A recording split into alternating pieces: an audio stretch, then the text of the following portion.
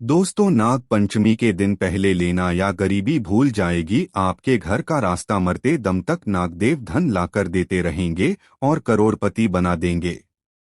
नमस्कार दोस्तों, स्वागत है आपका दिव्य ज्योति चैनल में। आज हम आपको बताने वाली है कि कंगाल भी धनवान कैसे बन सकता है और पितृ दोष बदल सकता है और पितरों की कृपा बरसेगी और साथ ही साथ काल सर्प दोष कुंडली से हमेशा के लिए दूर हो जाएगा। साल 2025 में नाग पंचमी का पर्व मंगलवार 29 जून को मनाया जा रहा है। इस दिन पर आप कुछ ऐसे उपाय कर सकते हैं जिन्हें करने से आपको नाग देवता के साथ साथ भगवान शिव की कृपा की भी प्राप्ति हो सकती है। नाग पंचमी के दिन अगर आप विशेष रूप से यह एक काम करते हैं तो निश्चित ही आपकी हर समस्या का समाधान होता है। हिंदू धर्म में नाग पंचमी को हमारे देवता स्वरूप मानकर पूजा की जाती है, यानी नाग पंचमी के दिन नागों को बहुत ज्यादा पूजनीय माना जाता है। ऐसा माना जाता है कि भगवान शंकर के गले में होने के कारण यह हमारे लिए सबसे ज्यादा पूजनीय है। देवस्वरूप नाग की सहायता से सृष्टि के अनेक कार्य संपन्न हुए, जैसे कि समुद्र मंथन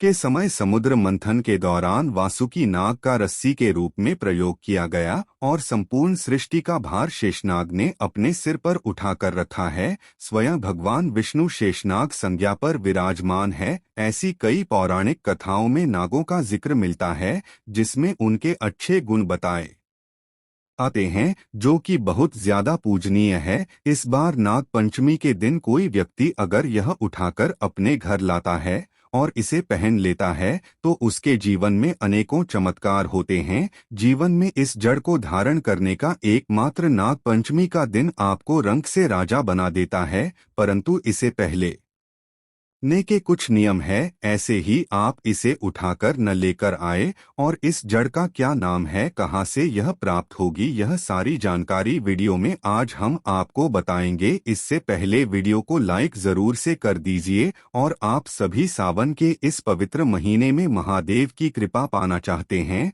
तो कमेंट में हर हर महादेव दूर से लिख दीजिए। आपको इस जड़कर नाम के बारे में बताऊंगा। दोस्तों, ध्यान से आपको वीडियो को एक एक शब्दों को ध्यान से सुनना है। देखिए, कई सारे लोग जो होते हैं वह सपने में नाग देवता को देखते हैं और उनकी कुंडली में जब काल सर्प दोष होता है तो ऐसे सपने आपको अक्सर आते हैं और यह जो राहु केतु होते हैं, इन्हीं की वजह से आपकी कुंडली में कालसर्प दोष लगा होता है। सपने में नागों का नजर आना या नागिन का नजर आना आपको नाग की हत्या करने के बराबर होता है, जिसे हम दोस्त कहते हैं। यही कालसर्प दोष का कारण बनता है, पर कई बार आप इस कालसर्प दोष की वजह से जीवन में अपमानित होते हैं, कई जगह से भटक कर आ जाते हैं और आपके कार्य सफल नहीं होते हैं और कई बार तो बात आपकी जान पर भी आ जाती है। जैसे कि आप कहीं जा रहे होते हैं और दुर्घटना होने का खतरा बना रहता है। पितृ दोष के कारण हमारे घर में वंश की वृद्धि रुक जाती है, जैसे कि बच्चे का जन्म लेना और स्त्री का गर्भ धारण न करना। ऐसा हमारे जीवन में जब होता है, जब पितृ दोष लगा होता है। नागपंचमी के दिन आपको जो जद में आज बताने जा रहा हूँ यह जरूर से धारण करनी है। इसे धारण करने मात्र से सारे जीवन से जितने भी दोष आपके लगे हुए हैं सब एक क्षण में दूर हो जाएंगे और आप तरक्की के मार्ग की तरफ बढ़ेंगे। भगवान शंकर की कृपा आपको मिलती रहेगी। दोस्तों, आपको बताएं कि जो धन होता है उसे धन की रक्षा न करते हैं। नाग को नाग देवता कहा जाता है। धन की प्राप्ति नाग देवता की कृपा से आसानी से प्राप्त की जा सकती है। आखिरकार आपको ऐसी कौन सी है जिसे आपको धारण करना है, तो आप ध्यान से सुने। मैं आपको उसका नाम बता रहा हूँ। देखिए, यह जड़ है सर्पगंधा। जी हाँ दोस्तों, सर्पगंधा का पौधा जो होता है इसकी जड़ों को आपको लेकर आना है। वीडियो में साफ रूप से आप देख सकते हैं और कमेंट के माध्यम से मुझे जरूर बताएं कि इसे आपके यहाँ पर किस नाम से जानते हैं और साथ ही साथ कमेंट में आप अपना नाम और राष्ट्रीय जरूर से डाल दें ताकि राशि अनुसार जो उपाय हमसे बनेगा हम आपको बता देंगे। देखिए, सर्पगंधा नाम के इस पौधे को अगर आप नागपंचमी के दिन घर लेकर आते हैं और विधि विधान से पूजा करने के बाद आप इसे अपनी किसी ताप बीच में या किसी लाल कपड़े में या काले कपड़े में इस जड़ों को धारण करते हैं तो ऐसा करने से ऐसा माना जाता है कि सपागंध की जड़ को धारण करने वाला व्यक्ति को कभी भी न तो सांप काटता है न काल सर्प दोष उसके जीवन में लगता है, साथ ही न उसके जीवन में कभी भी पितृ दोष लगता है। सर्वप्रथम इस नाग पंचमी के शुभ अवसर पर ही यह शुभ कार्य आपको करना है। देखिए, आपको नागपंचमी के दिन इस सर्पगंधा की जड़ को लोहे की किसी भी वस्तु से कुदाल करके नहीं लाना है। इसे आप अपने हाथों से खोद कर लेकर आए, यह अति उत्तम होगा। और इसे गंगाजल से धोकर ही गंगा जल में धोने के बाद ही सबसे पहले शिव भगवान के चरणों में समर्पित करें और 7 बार शिवलिंग पर टच करने के बाद भगवान शिव के किसी भी मंत्र का जाप करें और उसके बाद एक घी का दीपक आपको लाकर इस दीपक की लौ को भगवान शिव को दिखाकर इसे भी दिखाएं और इसके बाद या तो चांदी के ताबीज में या तांबे के ताबीज में आपको इसे धारण करना है। अगर न मिले तो आप जो है काला कपड़ा या लाल कपड़ा भी ले सकते हैं और इसमें इस ताबीज बनाकर धारण करें। ध्यान रहे, ऐसा करने वाले व्यक्ति को हमेशा सफलता मिलेगी, कभी भी असफल नहीं हो सकते और नाग देवता की कृपा से धन की प्राप्ति होगी।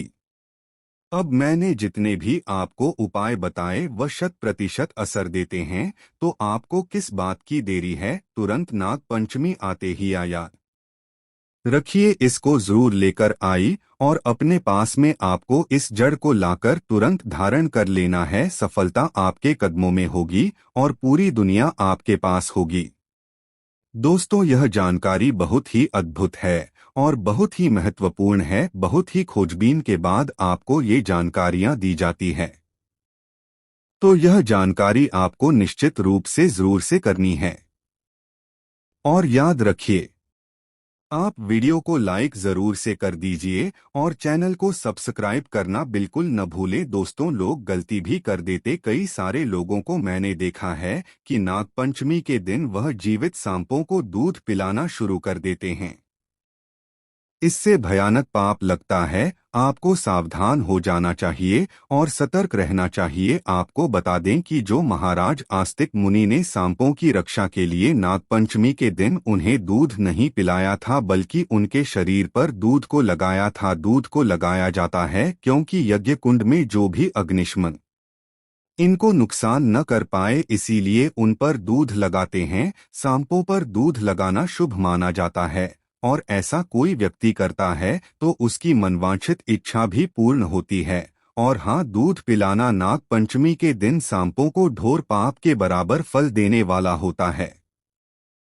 अगर ऐसा करते हैं तो सांप की मृत्यु हो जाती है। यह बात जान लीजिए और सावधान हो जाइए। घर परिवार में भी व्यक्ति जो अनजान हैं उन्हें यह वीडियो जरूर से शेयर कर दीजिए, जाने जाने में यह गलती न हो पाए, क्योंकि सांप जो होते हैं वह बहुत ही विषैली नहीं हुआ करते। तो आखिर कहाँ इनके अंदर विषय आया? क्यों इसे घोर पाप के बराबर फल देने वाला कहाँ है? अगर ऐसा करते हैं तो सांप की मृत्यु हो जाती है। यह बात जान लीजिए और सावधान हो जाइए। घर परिवार में भी व्यक्ति जो अनजान हैं उन्हें यह वीडियो जरूर से शेयर कर दीजिए, जाने अनजाने में कोई ऐसी गलती न कर पाई। तो दोस्तों, हमें आपको एक और विशेष जानकारी दे रहा हूं। यह जानकारी है कि सांपों के अंदर आखिर जहर आया तो आया कहां से, क्या है इसके पीछे की वजह और कौन से स्थान पर सांपों के अंदर जहर रहता है। इसकी जानकारी जाने से पहले फिर से वीडियो को लाइक करके चैनल को सब्सक्राइब करने की रिक्वेस्ट करता हूं और कमेंट बॉक्स में हर हर महादेव जरूर से लिख दें। देखिए, नाग देवता जो होते हैं यह ज्यादातर नागलोक में पाए जाते हैं। उनके पीछे एक शिव महापुराण में मिलती है जो विषैली सांप यानी कि जिनके अंदर बहुत ज्यादा विश्व होता है। तो यह विश्व आता कहाँ से है? अगर बिना शहर के साफ होते तो क्या होता? एक पौराणिक कथा के अनुसार भगवान विष्णु ने देवराज इंद्र को दुर्वासा आशीष जी के श्राप से मुक्ति दिलवाने के लिए असुरों के साथ मिलकर सागर का मंथन किया था और कहा देवताओं को सागर मंथन से निकलने वाली सभी चीजों को लेकर के लालच भी दिया था। तब देवताओं और असुरों के बीच बीच में सागर मंथन शुरू हुआ और विष्णु ने तक्षक अवतार लेकर समुद्र मंथन के लिए बीच में उतरे और उनके ऊपर या समुद्र मंथन हुआ यानी जो पर्वत था वह वासुकी नाग को रस्सी बनाकर एक और असुर और दूसरी तरफ देवताओं ने पकड़ा। जिधर मुख था उधर असुरों ने पड़ा और जिधर पूछ उधर देवताओं ने पकड़ा। इसके बाद ही समुद्र का मंथन प्रारंभ हुआ। दोस्तों ध्यान से सुनिए। सांप जहरीले कम हुई देखी जैसे जैसे मुद्रा मंथन होता गया एक एक करके कई चीजें समुद्र से निकली जिनमें 14 रत्न निकले थे जिनका वर्णन हम आपको किसी आने वाली अगली वीडियो में बताएंगे। परंतु यहाँ पर जो बात चल रही है वह है विश्व को लेकर जिसमें हलाहल नाम का जो था वह सबसे पहले निकला जिसकी तीव्रता कितनी ज्यादा थी कि सभी देवता और असुर हलाहल विष के प्रभाव से आहत होने लगे और देवताओं को चिंता सताने लगी कि अगर यह भी संसार में रह गया तो कोई भी व्यक्ति जीवित नहीं बच पाएगा। और तभी सभी देवी देवताओं ने भगवान शिव से प्रार्थना की।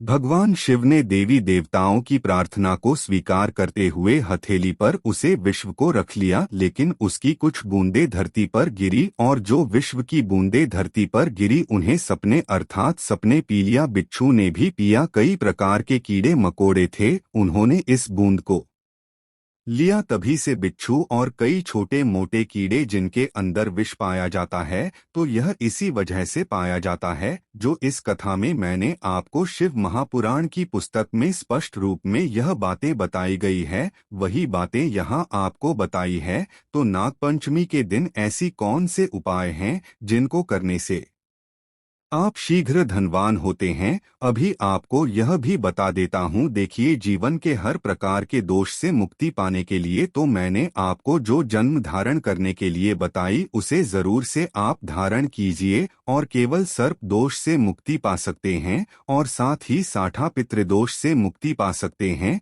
नागपंचमी के दिन किसी भी शुभ मुहूर्त में किसी भी समय आप यह चीज कर सकते हैं। दोस्तों कोई पाबंदी नहीं है। आपको एक काम और करना है। इसके लिए आपको एक कटोरी में दूध लेना है और इसमें मिट्टी मिलाकर आपको नाक के किसी भी बिल के पास में रखकर आ जाना है। इससे होगा क्या कि नाक जब उसे दूध को ग्रहण नहीं करेंगे बल्कि आपको आशीर्वाद देंगे क्योंकि उनका दूध पीना आपके आशीर्वाद देने के बराबर होता है। यह सिर्फ आपका एक भाग होता है। दोस्तों वहां पर जाकर आप उसे मिश्री मिले हुए दूध को रखें और अपनी जो भी मनोकामना है उसको जरूर वहां हाथ जोड़कर के प्रणाम करते हुए बोले। इतने छोटे से उपाय को करने मात्र से आप अपने जीवन के छोटे से लेकर बड़े कष्ट को दूर कर सकते हैं। देखिए कई सारे उपाय मैंने आपको अलग अलग समस्याओं के लिए बता दिए हैं परंतु आपको एक और विशेष उपाय बताना चाहता हूं जो सर्वज्ञ उपाय है जिसे करने का तात्पर्य है कि आप एक ही उपाय से संपूर्ण कास्ट से मुक्ति पा सकते हैं। नागपंचमी के दिन इस छोटे से उपाय को जरूर कीजिएगा। साथ ही जो मैंने आपको बताई वह भी धारण कीजिए। साथ ही दोस्तों आपको इस दिन कुछ और भी उपाय करने हैं। नाग पंचमी के दिन शिवलिंग के पास स्थित नाग देवता को दूध और चमेली के फूल अर्पित करें। इस दौरान नाग देवता का मंत्र वासुकी तक्षक चैव काली और मणिभद्र कहा ऐरावत तो धृतराष्ट्र हाकार कोटा का धनंजय एते भाई हम प्रायः छंती प्राणी नाम प्राण जी भी नाग दास्तान का जप करना चाहिए। इसके साथ ही आप पूजा में इस मंत्र का जप कर सकते हैं। नागपंचमी के दिन पर विधि विधान से नाग देवता की पूजा अर्चना करें, शिवलिंग का अभिषेक करें। साथ ही इस दिन पर गरीबों को अपनी क्षमता के अनुसार दान आदि भी जरूर देना चाहिए। ऐसा करने से आप आपके जीवन में सुख समृद्धि का आगमन हो सकता है। नागपंचमी के दिन कई कामों को करने की मनाही होती है, जैसे सुई धागे, नुकीली चीजों जैसे चाकू कैंची का इस्तेमाल करना या तवे पर रोटी बनाना आदि। इसके साथ ही नागपंचमी के दिन जमीन की खुदाई से जुड़े कार्य करने से भी मना की होती है। नागपंचमी के दिन कौन कौन से उपाय करने चाहिए, इसके लिए मैं एक और वीडियो आपके लिए लेकर आऊंगा। उस वीडियो को जरूर ध्यान से देखें और इस वीडियो को अपने तक सीमित न रखें। इस वीडियो को जितना हो सके उतना शेयर करके आगे अन्य लोगों में भी शेयर करें, ताकि उनको भी इसका फायदा और वह अपने जीवन में नाग पंचमी के दिन इन गलतियों को करने से बच जाएं और इन उपायों को करके लाभ प्राप्त करें। वीडियो पसंद आए तो वीडियो को लाइक जरूर करें। ऐसी वीडियो देखने के लिए आप हमारे चैनल को सब्सक्राइब करें।